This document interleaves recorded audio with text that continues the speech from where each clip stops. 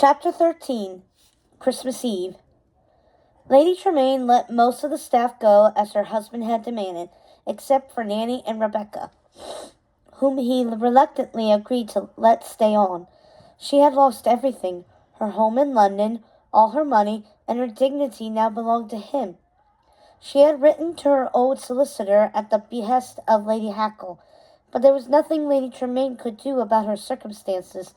All her money was now her husband's, as was the law in the many kingdoms.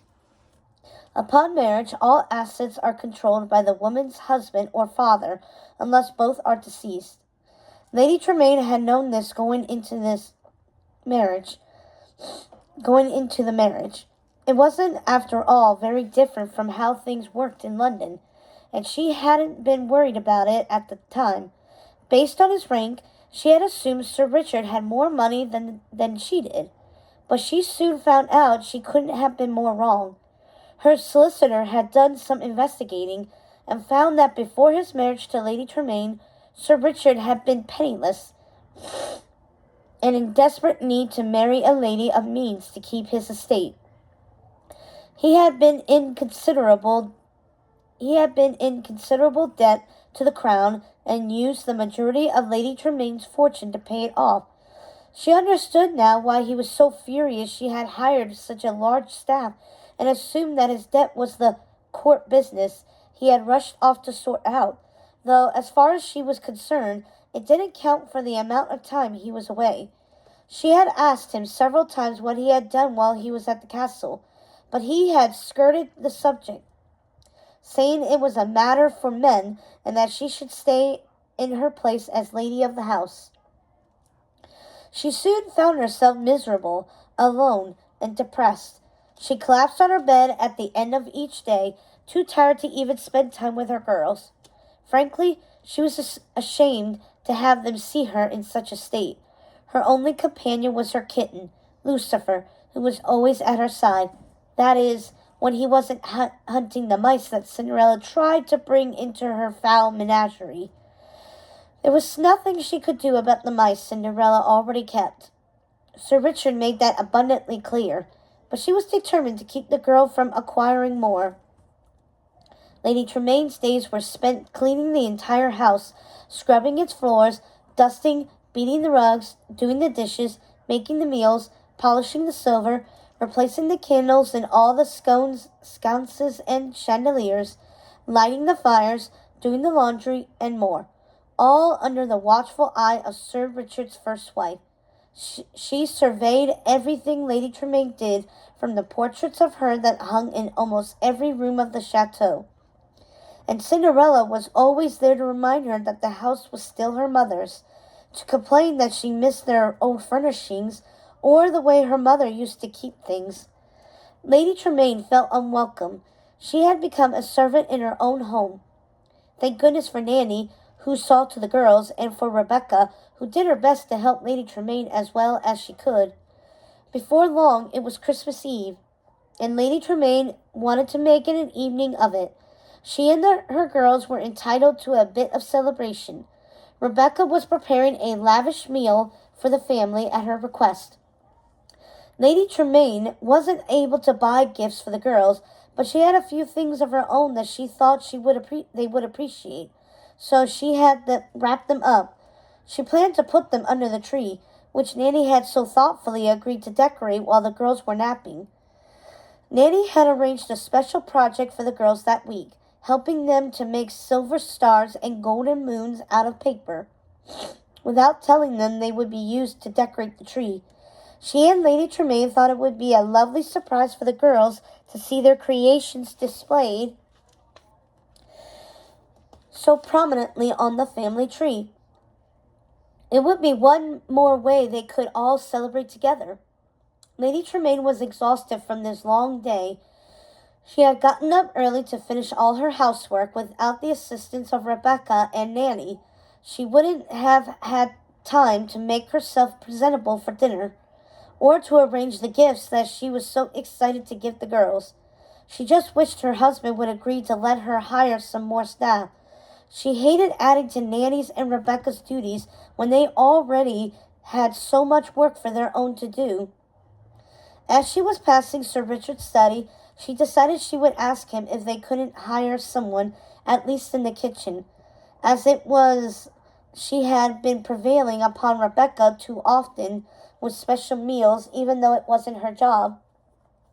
As she stood in front of his study door, she willed herself to have the courage to go in, trying to evoke something of her old self. But she felt ugly, covered in the soot she had been scrubbing off the floors. As she reached for the knob, she saw her cracked and swollen hands. She sighed, deciding it would be better to bring this matter up with her husband later after he'd had the special dinner she planned. Lady Tremaine had decided to wear the red dress she had worn the evening Sir Richard proposed to her, and she asked Nanny to see that the girls were also dressed festively, making sure to remind her to check Cinderella's pockets for mice before she came down to the dining room. The dining room looked lovely. Lady Tremaine had decorated the mantel, windows, and doorways with holly and filled the room with white candles. She had stockings by the fireplace, one for each of the three girls, with little things she had made for them and trinkets of her own she thought they would enjoy. She had even made a little outfit for one of Cinderella's mice out of one of her old sparkly handbags. And the tree was magnificent, glistening in the candlelight, showcasing the girls' decorations. It was going to be the perfect evening. As she stood in the dining room entryway, waiting for the girls and Sir Richard, she felt like her old self again. She reached up and touched her jade brooch, which she had made sure to pin to the bodice of her dress tonight. She loved how cold the stone felt beneath her fingers, and thought that was how she would like to feel, cold, strong, and solid. Nothing Sir Richard could say to her this evening would sway her or knock her down. She felt sturdy and unmovable, like a statue. And then she saw them, her girls, coming down the staircase in their vibrant red velvet Christmas dresses. Cinderella was in gold, and all of them looked like beautiful Christmas angels. Sir Richard came down a few minutes later, narrowing his eyes at the festive dresses and decorations. "And what's this?" he said as he got closer. "Well, don't you look beautiful, Cinderella?" He smiled down at his daughter. "What's the occasion?" he asked, looking at Lady Tremaine, Anastasia, and Drizella. "Why are you dressed in red?" He glanced into the dining room. "And what's that?" "Oh, Mamma, you remembered," said Anastasia, hugging her mother. "It's Christmas Eve." Drizella clapped her hands together with glee. "What is the meaning of this? Explain yourself," Sir Richard said, taking in the stockings hanging over the fireplace. "Those are Christmas stockings, my husband." Anastasia and Drizella dashed over to peek at what was inside. "You know the rules, girls. No peeking. You may open your gifts after we have had dinner if you like," Lady Tremaine said, laughing. "Cinderella, there's a stocking for you, too." "Thank you, stepmother," she said carefully, eyeing her father. Sir Richard's face was red. "Have this tree taken down at once," he said, his voice low and angry. "Oh, Papa, she didn't know," said Cinderella, trying to calm her father down. "Look, Anastasia, Drizella and I made these decorations ourselves." Sir Richard frowned at her. "You knew about this and didn't tell me?" Cinderella took her father's hand. "I didn't know why we were making the decorations, Father. I'm sorry, but isn't the tree lovely? I missed having one for the solstice, and it was so thoughtful of Lady Tremaine to do all this for us," she said, which surely surprised Lady Tremaine. It made her like the little girl a bit. It made her like the girl a bit more. Sir Richard walked away from his daughter, standing in front of the fireplace looking at the portrait of his wife. She looked just like Cinderella, but older. It was as if he were having a conversation with her in his mind, reconciling something with her. Anastasia, Drizella, and Lady Tremaine just stood there watching, not knowing what to do. "What did I do wrong, Cinderella? Why is your father so upset?" Lady Tremaine whispered. "The solstice was a special time for Mamma and Papa. That is when he proposed. We always made a grand party of it." Lady Tremaine understood. "I'm sorry, Richard. I didn't know. Can't we start a tradition of our own and celebrate Christmas? If not for us, then for the girls? He turned around with a sneer. And this is how you celebrate in London? By hanging laundry on the fireplace mantel? It's a mockery of the solstice, he said, shaking his head. But I've arranged a Christmas dinner for all of us. Rebecca has been preparing it all day. She held her breath, hoping he wouldn't disappoint the girls. We don't celebrate Christmas in the many kingdoms. Rebecca should have told you that, he said angrily.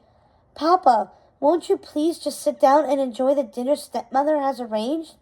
We could have a lovely evening, Papa, if you just try. Cinderella went to her father and gave him a kiss.